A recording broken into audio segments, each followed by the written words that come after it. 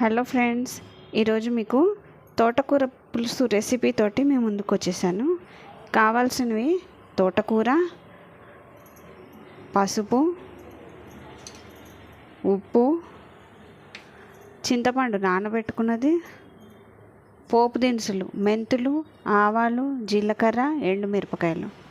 ఇది మెంతి కారం అంటే మెంతులను ఎండుమిరపకాయలు కలిపి వేయించిన పౌడర్ అన్నమాట. కొంచెం ఒక స్పూన్ కారం. ఒక కడాయి పెట్టుకుని ఒక 3 టేబుల్ స్పూన్స్ ఆఫ్ ఆయిల్ వేసుకోవాలి. ఆయిల్ వేసుకున్న తర్వాత పోపు దినుసులు వేసుకోవాలి.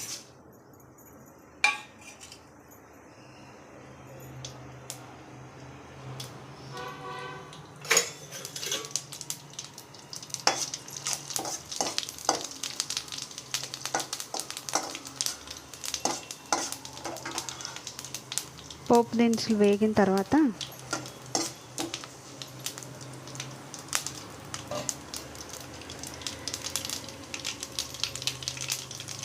ఇందులో కొంచెం ఇంగు వేసుకోవాలి.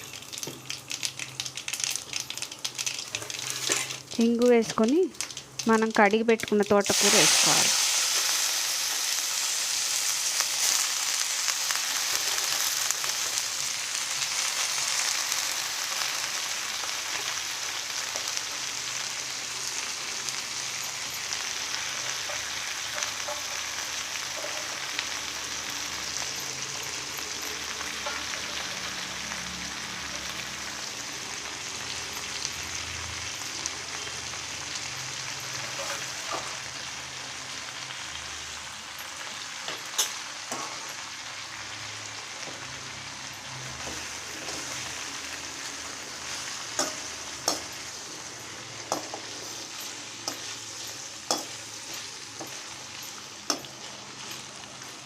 నూనెలో చక్కగా ఇదంతా కలిసేటట్టుగా ఒకసారి వేయించుకొని కొంచెం మగ్గనివ్వాలి ఆకుకూరని.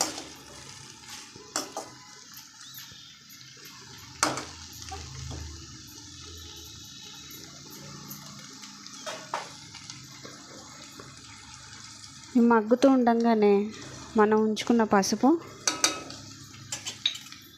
ఉప్పు వేసేసుకుంటే ఇంకా తొందరగా మగ్గుతుంది అన్నమాట.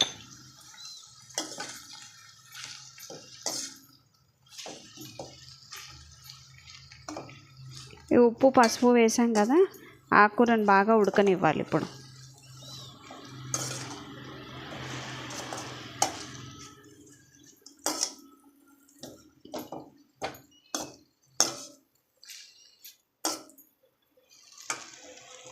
ఇప్పుడు దగ్గరికి అయింది కదా ఫ్రెండ్స్, ఇప్పుడు మనం ఉంచుకున్న కారం కూడా వేసేద్దాం ఇందులో.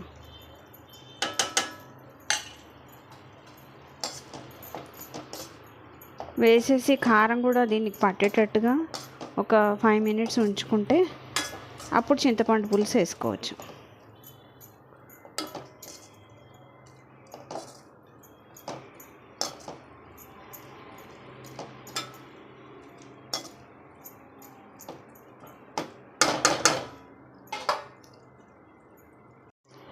ఇప్పుడు చూడండి ఫ్రెండ్స్, బాగా ఉడుకుతుంది. ఈ ఉడికే టైంలోనే మనం ఏం చేయాలంటే చింతపండు పులుసు వేసుకోవాలి. చింతపండు పులుసు వేసుకొని ఒక 15 to 20 మినిట్స్ బాగా ఉడకనివ్వాలి. ఇదిగోండి, చింతపండు పులుసు వేసేసుకున్నాం.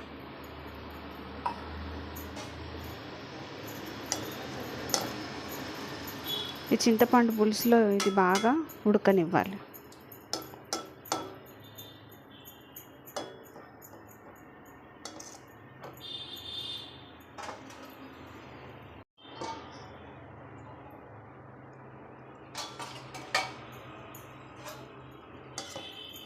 బాగా ఉడికింది ఫ్రెండ్స్. ఇది ఆకుకూర కాబట్టి తొందరగా ఉడికిపోతుంది, తొందరగా మగ్గిపోతుంది. కాబట్టి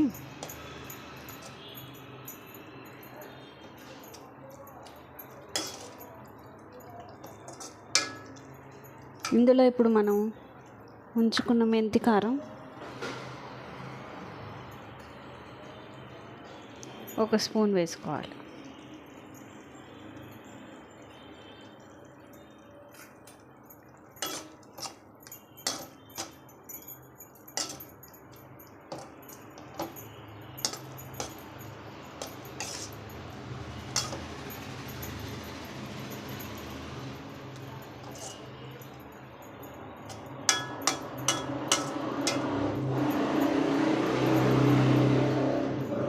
టేస్ట్ చాలా బాగుంటుంది ఫ్రెండ్స్. ఇది ఒకసారి ట్రై చేయండి.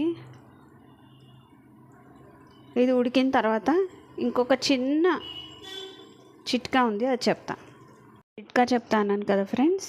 చిన్న బెల్లం ముక్క వేసుకోవాలి.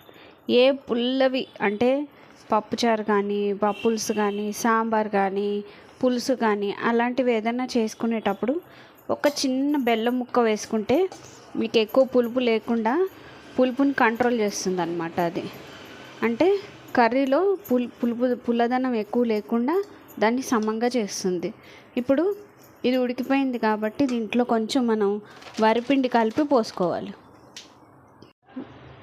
కొంచెం వరిపిండి కలిపి పోసేసుకుంటే మీకు కొంచెం తిక్కగా ఉంటుంది. మరీ పల్చగా లేకుండా కొంచెం చిక్కగా ఉంటుంది అన్నమాట.